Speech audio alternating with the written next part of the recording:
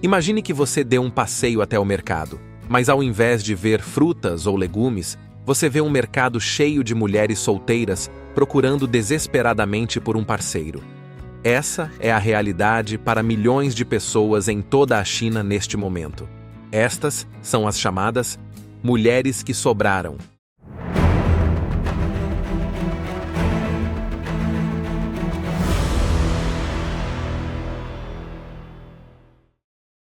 A paz, meus irmãos, sejam bem-vindos no nosso canal, que Deus abençoe grandemente a sua vida. O tema do nosso assunto de hoje é as mulheres que sobraram, né? Uma crise monstruosa que apavora, a palavra é essa mesmo, apavora as mulheres solteiras, e não só as solteiras, mas também as mulheres mais maduras na China, não é? O que será que está acontecendo lá na China, que as mulheres hoje, lá naquele lugar, têm esse sentimento? A gente vai falar de vários motivos que levam as mulheres a criar esse sentimento ali naquele lugar, e nós vamos falar e apontar também os caminhos que o mundo está tomando e como o Ocidente todo, né, está envolvido numa situação muito semelhante, porque não é só lá na China, no mundo todo também muita coisa está acontecendo, e eu creio que essas informações são de suma importância para os homens, mas também as mulheres aqui têm de abrir o olho, porque a gente precisa enxergar, não é? Quando a água está batendo lá no lugar, na casa do vizinho, para a gente poder entender que pode chegar também a bater aqui, né, na nossa casa. Então, olha, o que será que está acontecendo na China? Desde 1979, a gente tem de saber, de cada 5 pessoas que nascem no mundo, 4 são chinesas. É uma estatística incrível. Em 1979, a política de um filho por casal foi implementada na China para controlar o crescimento populacional, embora tenha sido encerrada em 2016 e substituída pela política de 2 filhos, que foi atualizada para a política de 3 filhos atualmente em vigor. Os ecos dessa política original persistem. Com cerca de 104,7 homens para cada 100 mulheres, somado a uma forte preferência por filhos na China, o desequilíbrio prevalece. Não é? E se a gente fosse falar assim, Deus ama determinado povo, Deus é árabe, Deus é brasileiro, Deus seria chinês, então, né?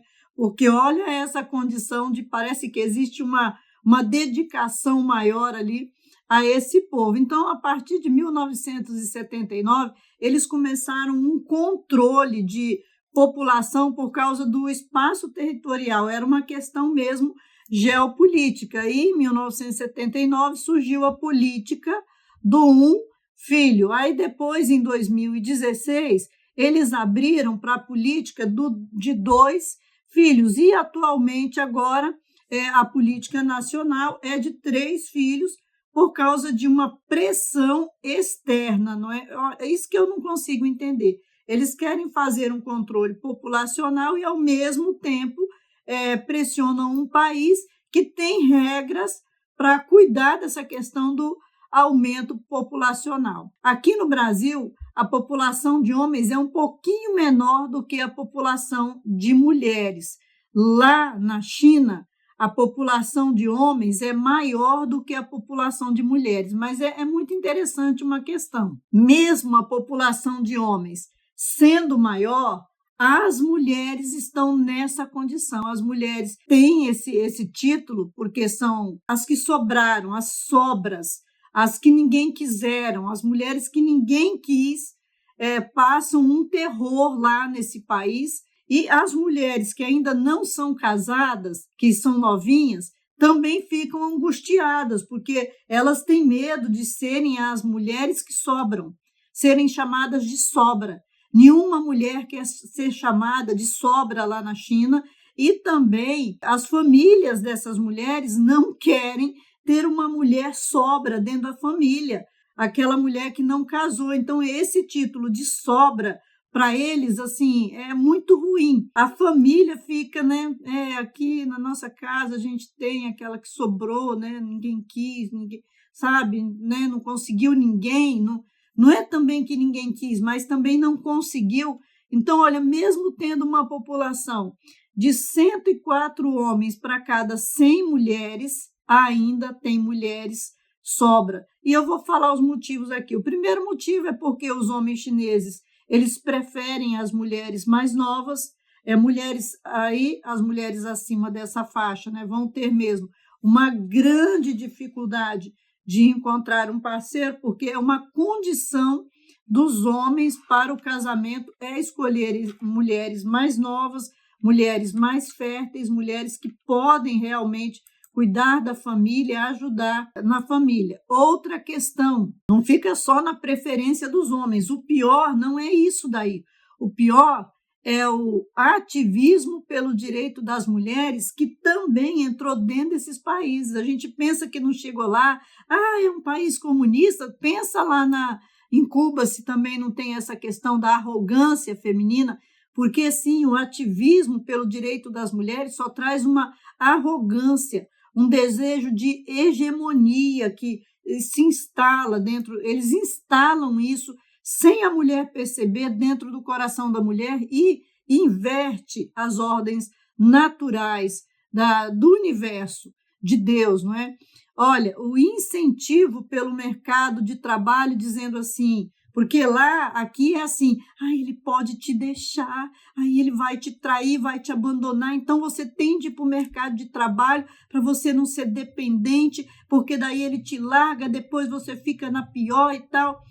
Aqui é assim, você tem de ficar levando um choque todos os dias, para um dia, quando você for levar um choque, se você levar um choque, você já estar acostumado a levar choque, sabe? É essa mentalidade medonha e monstruosa que eles colocam. Olha, sofra todos os dias, porque um dia, se o sofrimento, né, um dia, eles colocam como que esse sofrimento vai acontecer, como se todos os homens abandonassem todas as mulheres que se casassem com eles.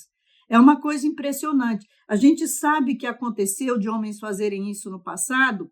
Sim, aconteceu.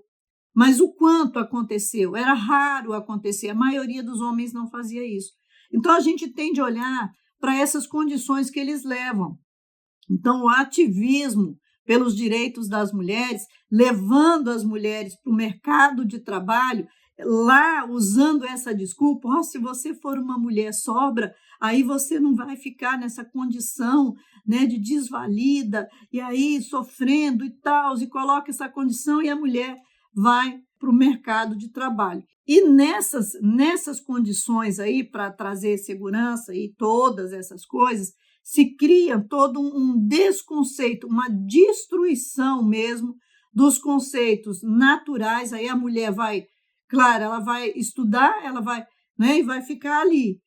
As que conseguem um casamento logo, continuam também estudando depois.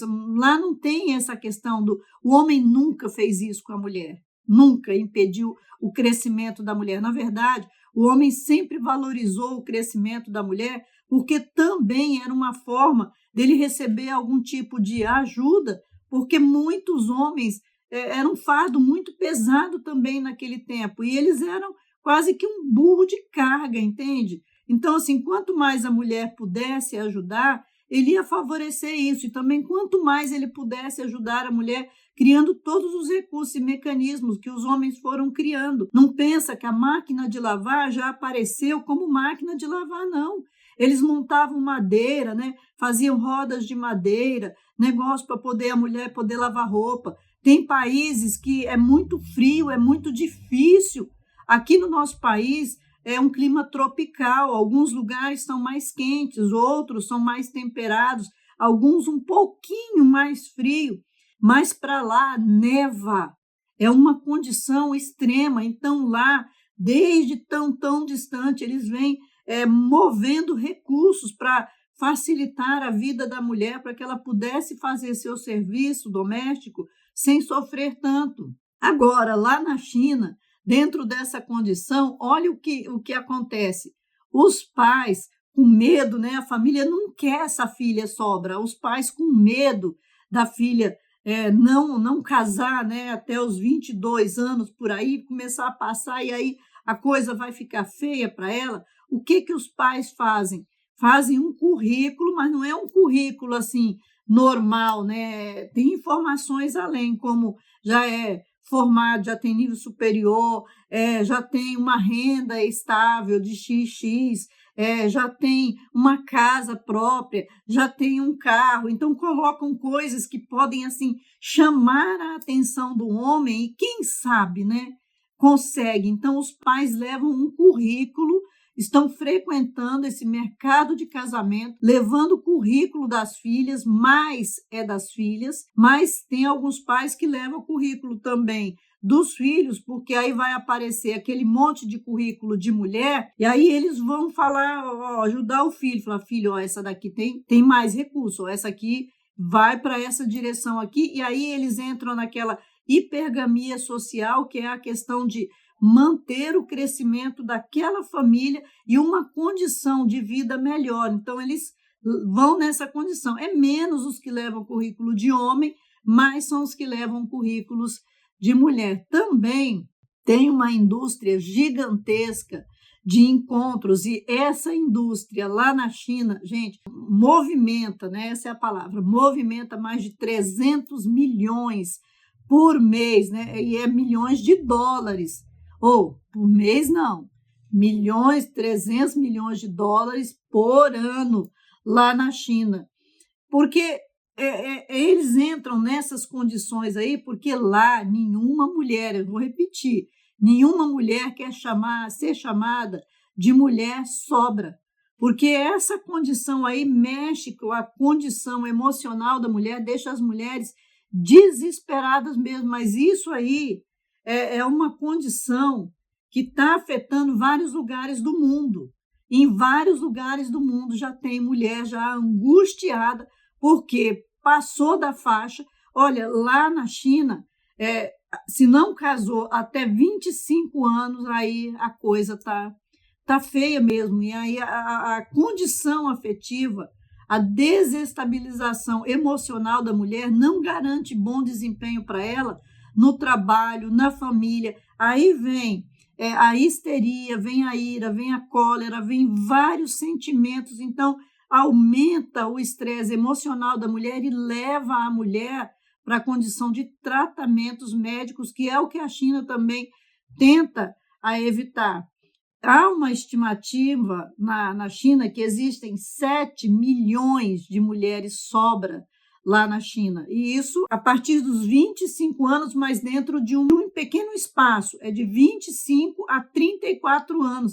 Eles não fizeram a estimativa toda, né, das que já passaram dos 34. Então, acima de 25 até os 34 anos de idade, se estima que existam 7 milhões de mulheres sobras lá na China. Então, as mulheres que sobram, elas vão trabalhar sozinhas. E existe uma coisa muito interessante que leva a gente a entender o que o ativismo político se propõe. Porque essas mulheres sobram na China, pegando dos 25 anos até tão distante, garantem 41% do produto bruto, né, interno bruto da China. Então, a gente vê que a mulher fora do casamento produz para a sociedade, ajuda a sociedade, ajuda o Estado e não ajuda, não é, a família, entende? Ela joga o dinheiro dela para fora, porque a mulher também é super consumista, e isso aí já é um assunto para um outro vídeo. Então, hoje, a realidade das chinesas ainda mais novas. E tem uma outra condição, gente, é muita coisa para a gente falar e a gente fica vendo o vídeo ficar grande e fica preocupado. Mas se uma chinesa se divorcia e ela não pensa, porque o que acontece lá os homens chineses são duros e não abrem mãos dos critérios de masculinidade, eles não abaixam mesmo. A questão da comunicação lá, não tem comunicação. É assim, eles falam, acabou, tem de obedecer. O certo não seria comunicação, Porque essa questão de comunicação é só para validar, aquela questão de você dar um preferencialismo para a voz da mulher, para a mulher poder. Um monólogo, não é diálogo. Então, fala assim, a comunicação no casal. Você pensa que o casal está se comunicando, não tem comunicação. É monólogo, é só a mulher fala e o cara tem que obedecer. O certo seria o diálogo, onde a masculinidade fosse, a voz do masculino fosse valorizada e a mulher também pudesse falar. Mas aqui no Ocidente não tem isso, né? E lá tem essa questão, não tem comunicação, o homem fala e acabou. Então, o feminismo levou as mulheres a acharem que não estão dispostas a aguentar mais tanta coisa, mas aí essas mulheres se separam lá na China se elas brigam e se elas não entendem o marido e se elas não se devotam à família, eles se separam delas e vão procurar uma mais nova, que é isso que vai acontecer. E aí ela vai entrar na condição daquela condição que elas fugiram antes, da condição de sobra, tá? Você concorda aí com a atitude dos homens chineses, não é? Com também o que o feminismo levou para dentro de um país com uma cultura bem forte, masculina? Eu não acho ruim essa cultura masculina chinesa, não. Essa cultura masculina chinesa realmente fortalece os relacionamentos. Mas as expectativas irreais e impossíveis das mulheres manipuladas pelo feminismo, em todo o mundo está tornando os relacionamentos impossíveis. Olha, deixa aí seu comentário, não sai daqui sem conhecer Criados para Governar, o Método de Cristo, o material que está no Seja Membro.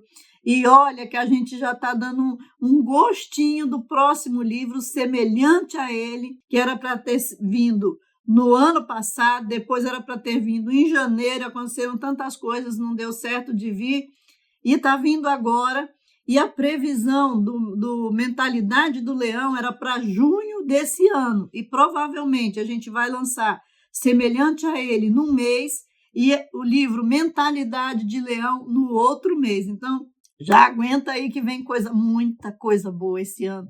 Que Deus abençoe grandemente a sua vida. Mas dentro de um pequeno espaço, é de 25 a 34 anos. Eles não fizeram a estimativa toda, né, das que já passaram dos 34. Então, acima de 25 até os 34 anos de idade, se estima que existam 7 milhões de mulheres sobras lá na China.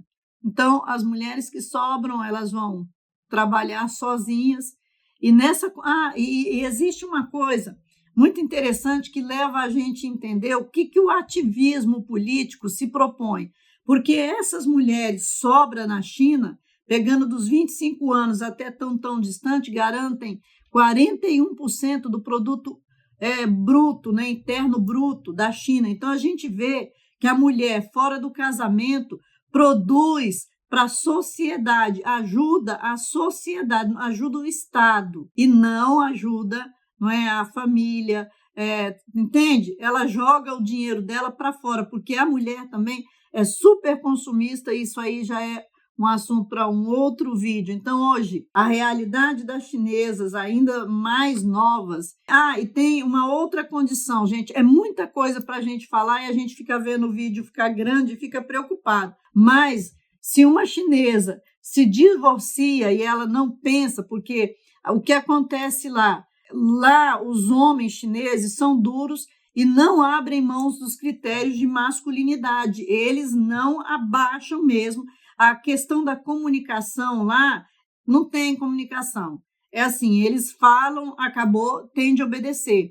O certo não seria comunicação, porque essa questão de comunicação é só para validar, aquela questão de você dar um preferencialismo para a voz da mulher, para a mulher poder. Um monólogo, não é diálogo.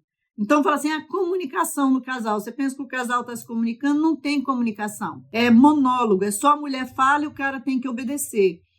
O certo seria o diálogo, onde a masculinidade a voz do masculino fosse valorizada e a mulher também pudesse falar. Mas aqui no Ocidente não tem isso, né? E lá tem essa questão, não tem comunicação, o homem fala e acabou. Então, o feminismo levou as mulheres a acharem que não estão dispostas a aguentar mais tanta coisa, mas aí essas mulheres se separam lá na China, se elas brigam e se elas não entendem o marido e se elas não se devotam à família, eles se separam delas e vão procurar uma mais nova, que é isso que vai acontecer. E aí ela vai entrar na condição daquela condição que elas fugiram antes, da condição de sobra, tá? Você concorda aí com a atitude dos homens chineses, não é? Com também o que o feminismo levou para dentro de um país com uma cultura bem forte, masculina? Eu não acho ruim essa cultura masculina chinesa, não. Essa cultura masculina chinesa realmente fortalece os relacionamentos, mas as expectativas irreais e impossíveis das mulheres manipuladas pelo feminismo em todo o mundo está tornando os relacionamentos impossíveis. Olha, deixa aí seu comentário, não sai daqui sem conhecer Criados para Governar, o Método de Cristo, material que está no Seja Membro.